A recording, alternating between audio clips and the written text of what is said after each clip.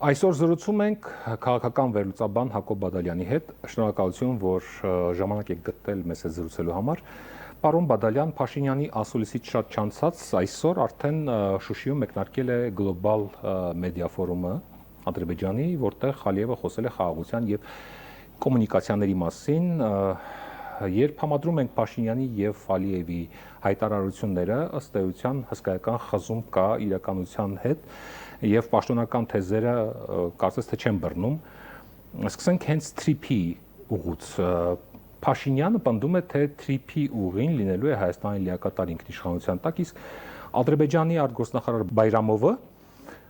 ասում է, որ դրա մուտքը եւ ելքը լինելու են Ադրբեջանի տարածքում եւ բանակցում են Միացյալ Նահանգների հետ։ Սա դե ֆակտո հենց միջանցքային տրամաբանությունն է, ինչպես է ստացվում, որ Փաշինյանը հայտարարում է, որ դա մեր ինքնիշխանության ներքո է ամեն ինչ իրականացվում, իսկ Բաքուն հայտարարում է հակառակը, որ մուտքը եւ ելքը վերահսկվելու են Ադրբեջանի կողմից եւ այսինքն քաղաքացիները մի տեղից մյուսը գնալու համար որևէ խոչընդոտ չեն ունենալու, խնդիր չեն ունենալու, այսինքն միջազգային տրամաբանության տակ է այս բոլորը։ Շնորհակալություն հրավերի համար։ Այստեղ շատ վաղուց շատ պարզ է, որ խոսքը միջանցքի մասին է եւ այդ ինքնիշխանության եւ տարածքային ամբողջության վերաբերյալ ձևակերպումները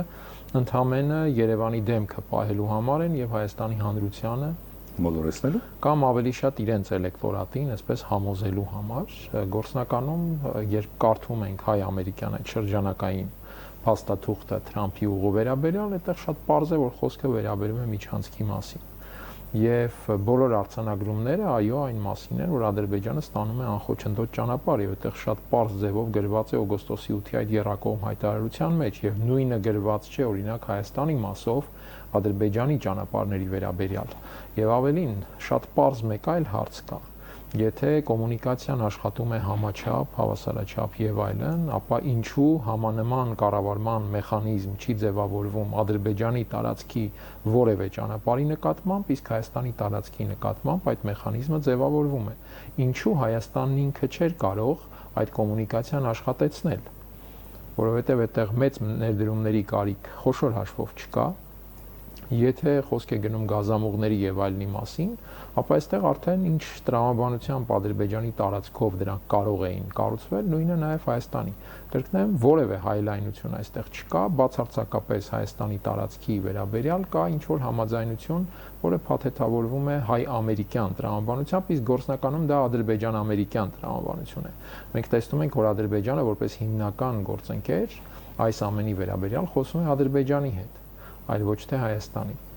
Այս տեսանկյունից այո, Հայաստանի իշխանության հայտարարությունները այլ բան չեն, քան պարզապես այդպես փաթեթավորում ներկայացնել հասարակությանը եւ պահել սեփական դեմքը։ Ստացվում է ինքնիշխանության մասին խոսքերը, հայտարարությունները զուտ խոսքեր են, իսկ իրականում տեղի ունենում փաստաթղթավորվում է, ավելի ճիշտ իրականում բոլորին հակառակ մի բան, այլ իրողություն։ Ընդ որում այդ երկակիություն նկատելի է ոչ միայն ճանապարհների մասով, կոնկրետ TRIP-ի մասով, այլ նաև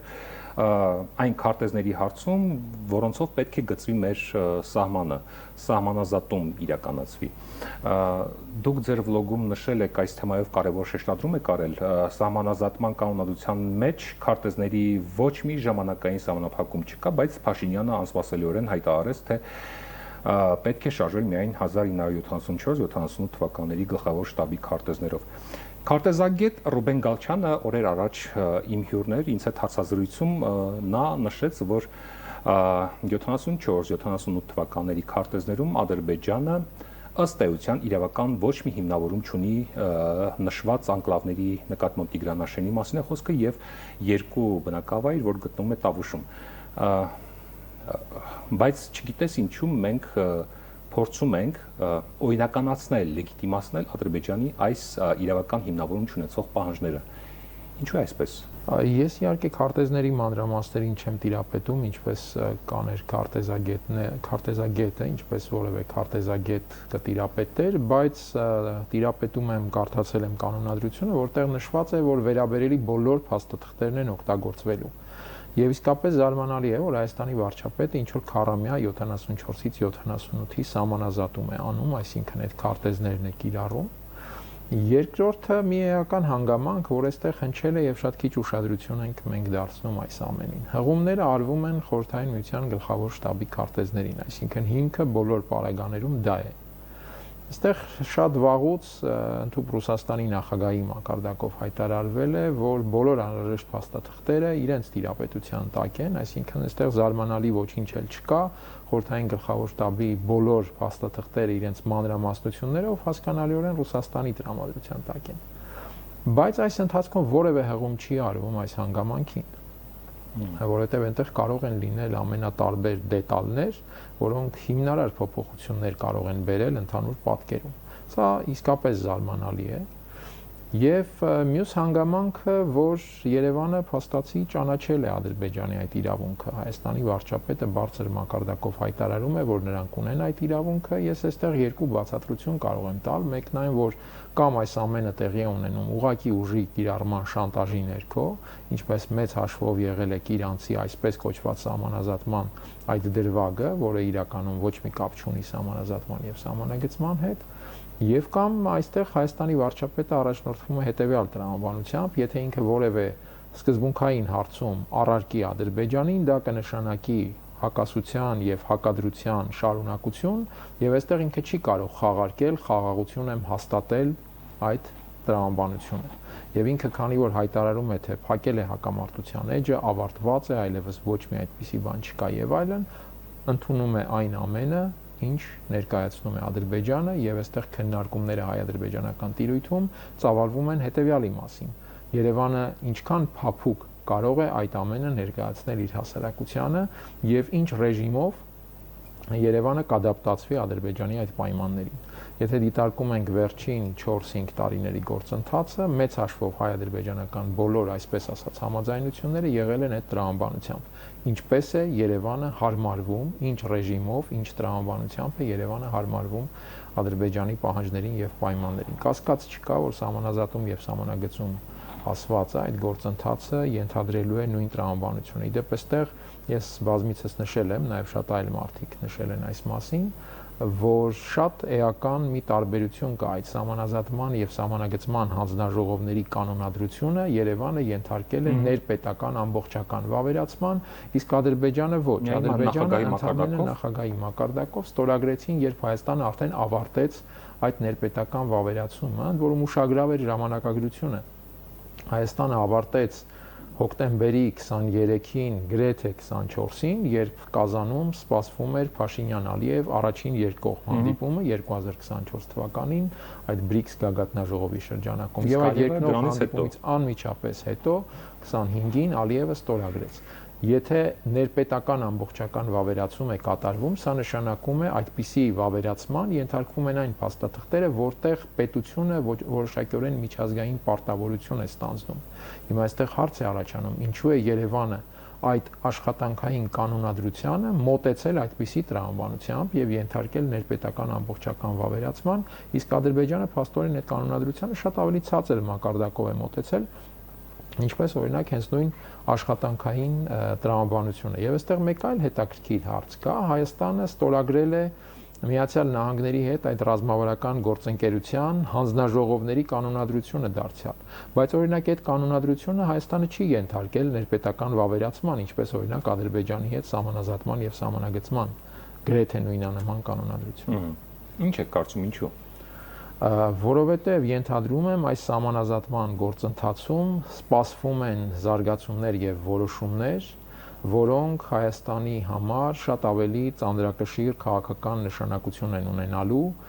եւ ցավոք սրտի կարծում եմ ոչ այնքան Հայաստանի շահերից բխող։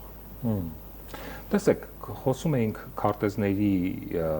74-70 թվականների քարտեզների մասին, ինչը ընդունելի է Ադրբեջանի համար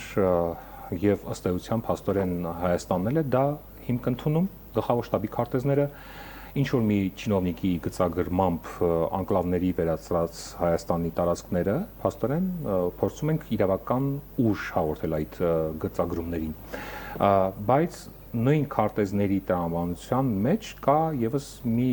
հակասություն, երբ Ադրբեջանը փաստորեն Ջերմուկի եւ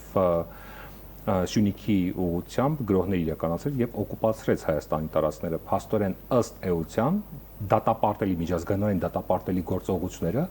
դա օկուպացիա է եւ այլ կերպ չի կարելի անվանել, եթե ընդունում ես դու 74-70 թվականների քարտեզները իր սահմաններով, ըստ էության դու օկուպացրել ես Ջերմուկի տարածքը եւ Սյունիքի որոշ հատված, Սև լճի հատվածները, մասնավորապես եւ ավելին ամրաշինական աշխատանքներ է իրականացնում։ Եվ հիմա այս երկու օկուպացրած տարածքները, ընդհանրապես բոլոր օկուպացրած տարածքները դնել եւ համադրել անկլավների պատմության հետ ըստ էության չի տեղավորվում ոչ մի տրամաբանության մեջ։ Ինչու է Փաշինյանի վերջին հայտարարությունը լրագրողների հետ ասուլիսի ժամանակ, հիշում եք, այսինքն այս երկու կարևոր իրադարձությունները, եղելությունները դրվեցին նույն հարթության մեջ։ Եթե մենք հիմա պատրաստ ենք ըստ էության անկլավները վերադարձնել Ադրբեջանին, ապա այս դեպքում օկուպացված տարածքների հարցը մնում է օդից կախված, այսինքն թողնում ենք ապագային, որը կարող է տևել երկար տասնամյակներ կամ 21-րդ դարի վերջը մինչև օրինակի համար։ Այստեղ Ինչ բացառիկ տրամաբանությամբ ենք ֆակտոր է։ մենք առաջ գնում, ասածը սա է, հարցը սա է։ Առհասարակ կարծում եմ Հայաստանի վարած պետական քաղաքականության տրամաբանությունը հետևյալն է, առանց որևէ առարկության հարաբերվել Ադրբեջանի հետ, որպեսզի հայտարարվի խաղաղության հաստատման մասին եւ այդպիսով առաջ մղվի այն այսպես կոչված կոնցեպտը, որ դավանում է Նիկոլ Փաշինյանը եւ որի վրա կառուցում իր իշխանությունը եւ առհասարակ փորձում կառուցել լեգիտիմություն, այդ իրական Հայաստան, որը զերծ է կոնֆլիկտներից։ Եվ սա ենթադրում է որևէ հարցում չառարկել Ադրբեջանին։ Եվ սա մենք տեսնում ենք։ Ըստ էության մենք ապագային ենք թողնում, սերունդային ենք թողնում նոր չլուծված խնդիր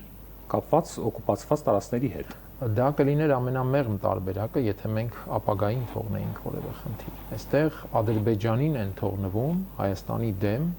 վտանգավոր նախադեպեր եւ խաղակարտեր, այդ թվում օրինակ օկուպացնել Հայաստանի տարածքը եւ հետո դա դարձնել հենց նույն Հայաստանի հետ սակարկության առարկա նվազագույնը, որովհետեւ այստեղ նույնիսկ անկլավների հարցը չէ, առհասարակ երբ օկուպացիայի հանգամանքը մենք դարձնում ենք սահմանազատմամբ եւ սահմանագծմամբ լուծելի, սա նշանակում է, որ Հայաստանը այդ ամենը ճանաչում է որպես ընդհանրապես սահմանային խնդիր, սահմանազատում եւ սահմանագծում չունենալու հետևանք։ Իդեպ այն, ինչ Հայաստանին ասում էր օրինակ հավաքական անվտանգության այդ կազմակերպությունը եւ ինչի համար Հայաստանը գժտվեց այդ կազմակերպության հետ, մեղադրեց, սառեցրեց եւ այլն։ Ես իհարկե 22 թվից ի վեր նշում եմ, որ դա այլ բան չէ, քան քարոզչական հնարք, որ կիրառվում է ներքին սպառման համար, իսկ գործնականում հիմա Հայաստանի վարչապետը ասում է այն, ինչ ասում էր ՀԱՊԿ-ը։ Այլ կերպ ասած, այդ նույն դիրքորոշումն է բարձրաձայնում, որ սահմանազատում եւ սահմանագծում այդ գործընթացը կլուծի խնդիրները։ Իրականում դարձյալ Մասա այստեղ հետ քայլ է ըստ էության Փաշինյանի կողմից, թե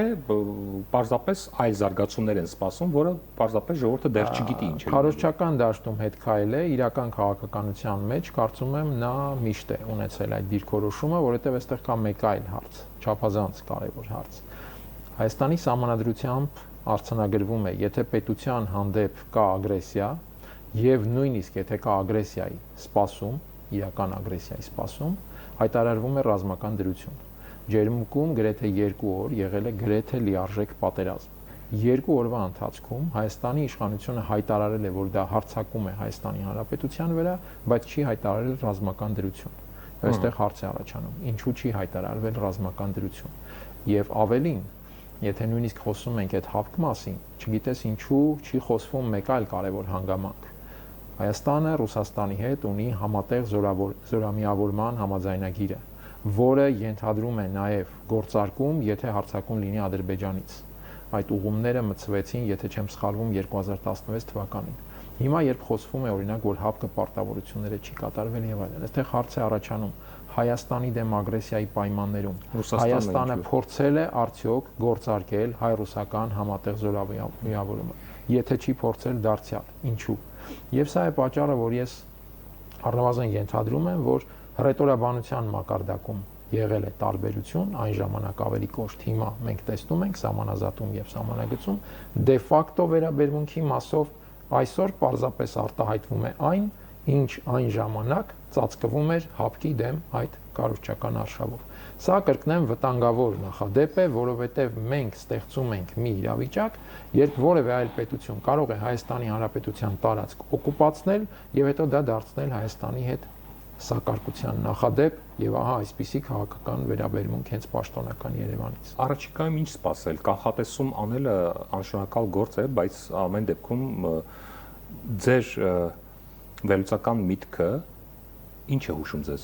ինչ է լինելու առաջիկայում, թեկուզ սահմանազատման մասով առաջիկայում սպասենք որոշակի զարգացումներ, թե այդ իմաստով ես կարծում եմ առաջիկայում իրավիճակը լինելու է ավելի գլոբալ մակարդակում, այսինքն միշտ է այդ ազդեցության ներքո, բայց մենք տեսնում ենք, որ ավելի լայն մակարդակում տեղի են ունենում իսկապես լուրջ վերափոխումներ։ Ուկրաինական ուղղությամբ կարծես թե թեժության նոր փուլ է հասունանում, պատերազմի նոր մակարդակ է հասունանում եւ տեսնում ենք, որ Իրան-ամերիկյան այդ բանակցությունը, որ հրադադարի համաձայնագրի հիման վրա էր, մեղմ ասած շատ հարաբերական է զարգանում։ Հայաստան-Ադրբեջան գործընթացը միշտ եղել է այդ լայն շրջանակի ազդեցության ներքո եւ շարունակելու է լինել։ Հետևաբար նույնիսկ այն, որ Երևանը ոչ մի հարցում չի առարկում Ադրբեջանին, դա դեռ չի նշանակում, որ իրավիճակը չի կարող գնալ էսկալացիայի ճանապարհով, որովհետև կրկնեմ, այդ էսկալացիան ձևավորվում է արտաքին խոշոր դերակատարների միջև եւ նրանց պահանջարկի, այսպես ասած, հիման վրա։ Եվ սա է նաեւ ամենավտանգավորը, որ երբ մենք տալիս ենք Ադրբեջանին իրավունքներ եւ վտանգավոր այդ նախադեպերը ուժի կիրառմամբ ինչ որ բանի հասնելու, մենք տալիս ենք նաև այդ մեխանիզմը հետագայում էլ կիրառելու, արդեն պատեհ միջավայր լինելու դեպքում շատ ավելի լեգիտիմ կիրառելու նախադեպ։ Սա է ամենից վտանգավորը։ Շնորհակալություն, որ ժամանակ գտաք մեզ հետ զրուցելու։ Մենք զրուցում էինք քաղաքական վերլուծաբան Հակոբ Բադալյանի հետ, ցտեսություն։